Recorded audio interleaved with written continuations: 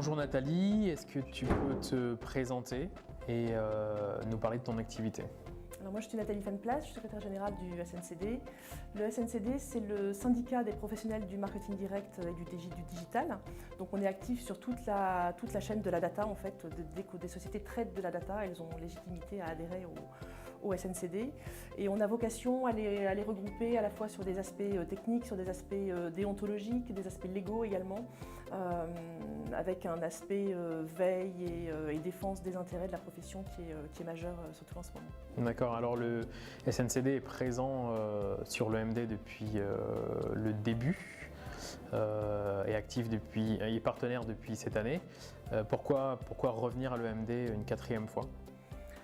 Je crois que l'EMD a fait ses preuves comme étant l'événement majeur, je dirais, en termes d'emailing. Le SNCD regroupe notamment les principaux acteurs de l'email en France, avec la grosse majorité des routeurs d'email qui sont membres du SNCD. Donc il est important pour nous d'être présents également sur cet événement à leur côté. Est-ce que tu peux nous parler de l'actu du SNCD? Qu'est-ce qui se passe en ce moment? Alors aujourd'hui, on est beaucoup sur les aspects réglementaires, c'est vraiment les actualités très juridiques parce que le contexte, que ce soit au niveau européen ou français, est vraiment en pleine mutation. On a des textes qui vont complètement chambouler nos métiers dans les années qui arrivent.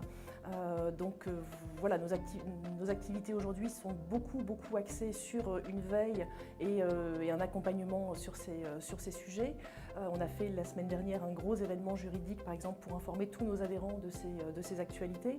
Et là, on va être amené dans l'année qui vient, ou peut-être les 2 années à venir, à retravailler tous nos codes de déontologie. Ce sont des codes qui font quand même référence sur tous les aspects de traitement de la data. Et avec ces nouveaux règlements, on va être amené à les retravailler pour accompagner nos adhérents dans la mise en œuvre de ces textes.